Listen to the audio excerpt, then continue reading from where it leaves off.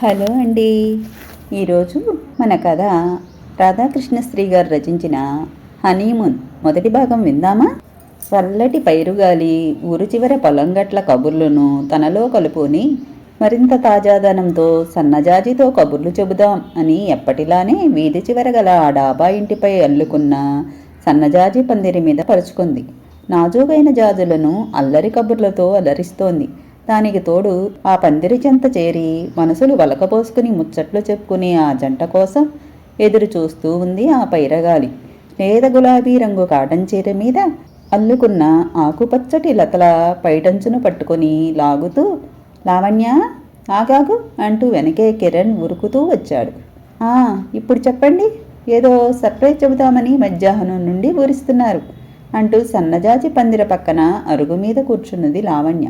లావణ్య ఒడిలో తలపెట్టుకుని పడుకొని, ఇదిగో సర్ప్రైజ్, వచ్చే పున్నమికి ఈ టైంకి తాజ్మహల్ అందాలు తిలకిస్తూ నువ్వు నేను, ఇదిగో ఆగ్రాకు ఫ్లైట్ టికెట్స్ అంటూ టికెట్స్ని గాలికి రెపరెపలాడిస్తూ లావణ్య కనుల ముందు టికెట్స్ను ఊపాడు. నిజమా అంటూ సంభ్రమంగా ఆ టికెట్స్ వంక చూస్తూ ఉంది లావణ్య. మాటలు జొరబడిన ఆత్మీయ స్పర్శలో ఒకరి చేతిలో వేరొకరు చేయి వేసి కళ్ళ వెనుక దృశ్యాలను కాంచుతున్నారు. మర్నాడు, ఈ మాట విన్నారా? మీ అన్నా వదిన ఈ వయసులో హనీమూన్కి వెళ్తున్నారట. టికెట్స్ కూడా బుక్ చేసుకున్నారు. కనీసం మాట వరుసకైనా బయటపడలేదు. ఎంత గుట్టో చూసారా?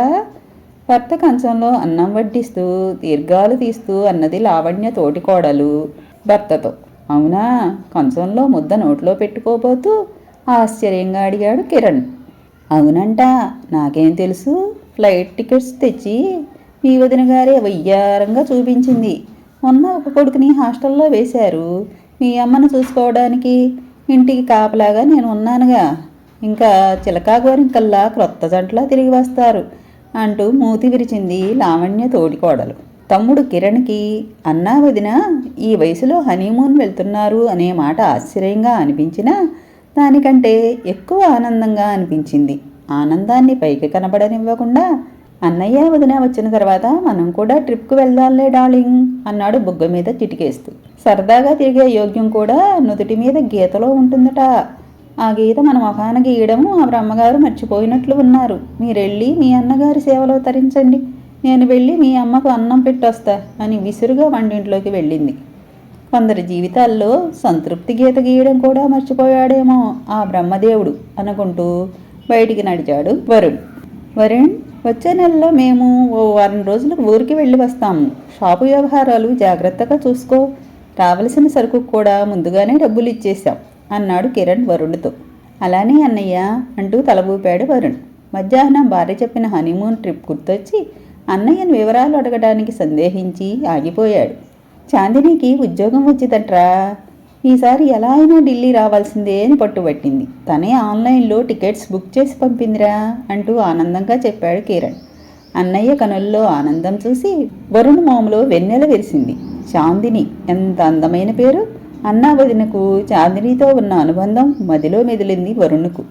లావణ్య కిరణ్ హనీమూన్ ట్రిప్కి వెళ్ళే డేట్స్ దగ్గరకు వస్తున్నాయి. చాందిని కోసం ఈ డ్రెస్ బాగుంటుంది, చాందినికి ఈ స్వీట్ ఇష్టం, చాందిని వాళ్ళ మదర్కి కూడా శారీ తీసుకుందాం, ఆవకాయ రుచి చూపిద్దామా, ఇవే మాటలతో సర్దుకోవడం చేస్తున్నది లావణ్య. మొదటిసారి ఫ్లైట్ ఎక్కబోతున్నాం కదా, ఎగ్జైట్మెంట్గా ఉంది. సన్నజాజి పూలు సుకుమారంగా తుంచుతూ జాజులతో చెబుతోంది లావణ్య. 23 ఏళ్ల క్రితం కూడా ఇలానే ఎగ్జైట్మెంట్ అయిపోయావు. పెళ్ళి గ్రాండ్గా వద్దని ఆ డబ్బులతో హనీమూన్ ట్రిప్ ఎంజాయ్ చేయాలన్న పింకి పిల్లను ఎలా మర్చిపోతాను అన్నాడు కిరణ్. పో మామయ్య అంది లావణ్య.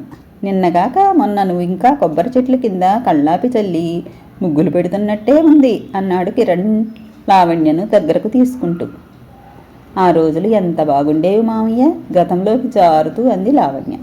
మామయ్య, నీకు ఓ మాట చెప్పాలి. కొంచెం సిగ్గుతో కొంచెం గడిచితనంతో రాత్రిపూట వేస్తున్న ముగ్గు ఆపి చేతిలో ముగ్గు గిన్నె పట్టుకుని కొబ్బరి చెట్టు చాటుగా వచ్చి అడ్డుగా వచ్చి ఆపింది లావణ్య. లావణ్య ఏంటి తడబడుతూ అడిగాడు కిరణ్. మరీ అంత కంగారు పడకు అమ్మాయికిలా, ముహూర్తాలు పెట్టారంటగా నాన్న చెబుతుంటే విన్నాను అంది లావణ్య. అవును, వచ్చే నెల 11వ తేదీ బాగుందిట, ఇద్దరి పేరు మీద అన్నాడు కిరణ్.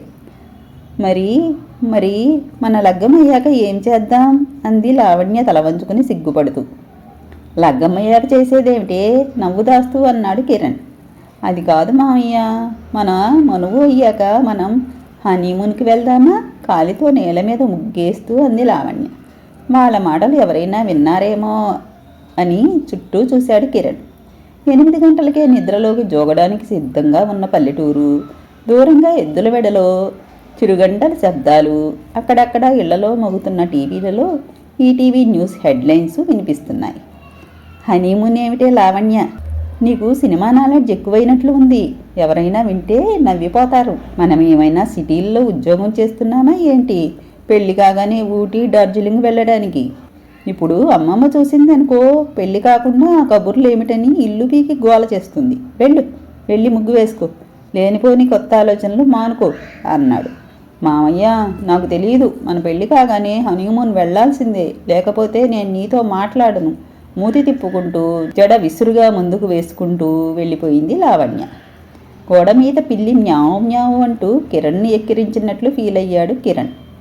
తనకు వరుసకు మేనగోడలు కాబోయే శ్రీమతి అయిన లావణ్య వెళ్ళిన వైపు చూస్తూ ఉన్నాడు కిరణ్.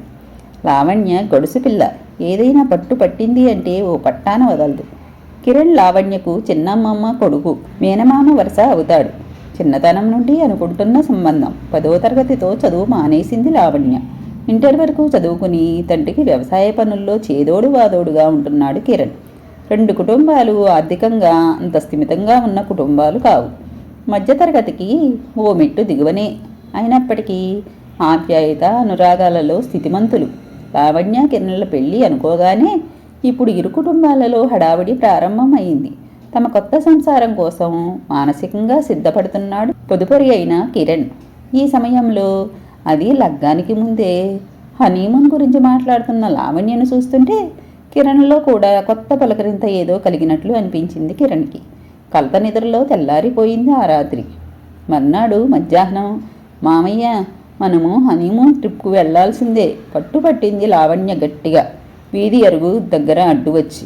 ఇదెక్కడి గోలే, పెళ్ళి అయ్యాక ఏ అన్నవరమో వెళ్ళి వ్రతం చేసుకుని తిరుపతి వెళ్ళి ఆ 7 కొండల వారిని దర్శించి వస్తారు. కానీ మన ఇంటా వంట లేని ఆచారాలు, నలుగురు నవ్వుతారే, పట్నం వాళ్ళ వేషాలు అంటూ అడ్డు తగిలాడు కిరణ్.